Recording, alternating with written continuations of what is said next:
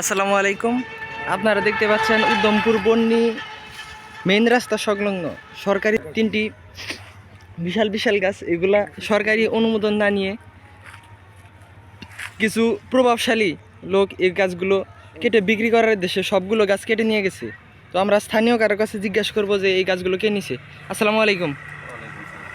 আচ্ছা, আপনার বাড়ি কোথায়?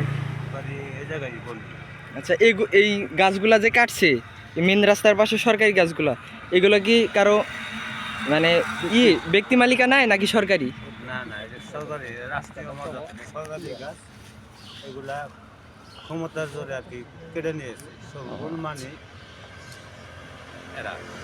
শফিকুল মানিক এরা কোথাকার? এই বাড়ি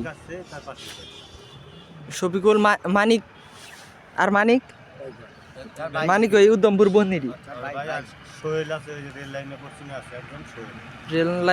রেল লাইন সংলগ্ন পশ্চিমে নাম হচ্ছে সোহেল, উনি গাছের ব্যাপারী, তাই তো? এরা জড়িত। আচ্ছা,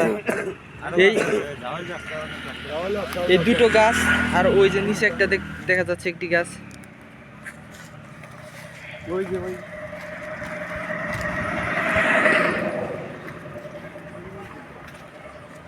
এটাই তো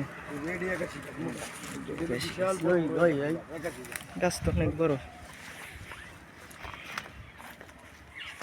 আচ্ছা, আমরা স্থানীয় প্রশাসনের দৃষ্টি আকর্ষণ করছি এইসব প্রভাবশালীদের কাছ থেকে সরকারি সম্পদ রক্ষা করার জন্য।